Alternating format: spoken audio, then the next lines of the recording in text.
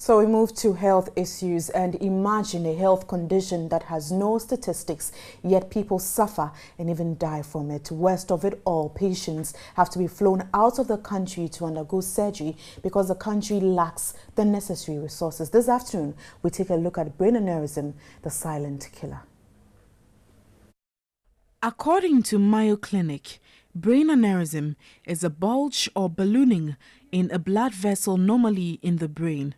It often looks like a berry hanging on a stem. Brain aneurysms are not acquired. You are born with them. A brain aneurysm can leak, causing bleeding into the brain.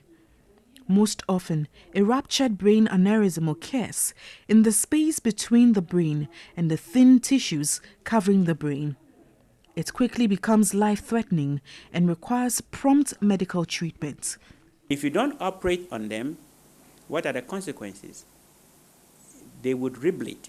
When they bleed the first time, only 20% of people who rupture don't make it to the hospital. In other words, 20% of people who suffer the first ruptured aneurysm die before they get to the hospital. A sudden severe headache is a key symptom of a ruptured aneurysm.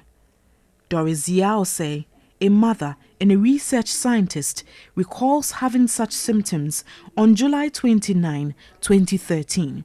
I had severe headache, severe excruciating headache, and then all of a sudden I felt dizzy, my neck was stiff, so I was rushed to the hospital. She frequently visited the hospital and at a point thought her world had come to an end. I knew what it was because I had read about it, but then when the doctor told me there was nothing they could do. In fact, I told myself I was going to die. When we got a doctor in India, I got some relief. Unlike Doris, there are several others who cannot afford the cost of a scan, let alone travel outside the country for surgery. The only form of treatment is surgery, but to find out whether this is from an aneurysm rupture is called CT cerebral angiogram. That costs on average between 1,000 to 1,500 Ghana cedis. If they cannot do the CT cerebral angiogram, we just leave them alone. We just manage them medically. I've sent a few patients to South Africa. A few of them have gone to Germany. Those who went to South Africa, the average expenditure was in the neighborhood of about $40,000. The first one that went to Germany, and the surgeon's fee alone was 22,000 euros. The Brain Aneurysm Foundation indicates the condition causes about 500,000 deaths worldwide each year, the victims mostly below 50 years. Sadly, Ghana has no statistics. Surgeries are also not done in the country.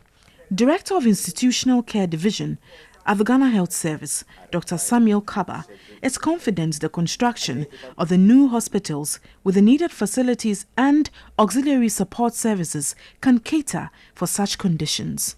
The new Rich Hospital, which is being constructed, the renovation that went on in Kolebu Teaching Hospital, Tamale Teaching Hospital, Volgatanga Hospital, Regional Hospital, Odua Hospital, they are all facilities that can take care of neurosurgical patients. So once we are building that, and then concurrently we are training the people, we have the hope that in future we should be able to address this issue. While future patients might benefit from this intervention, Doris, a brain aneurysm survivor, has started Brain Aneurysm Foundation Ghana to create awareness and assist persons suffering from the condition. Wendy Lai, TV3.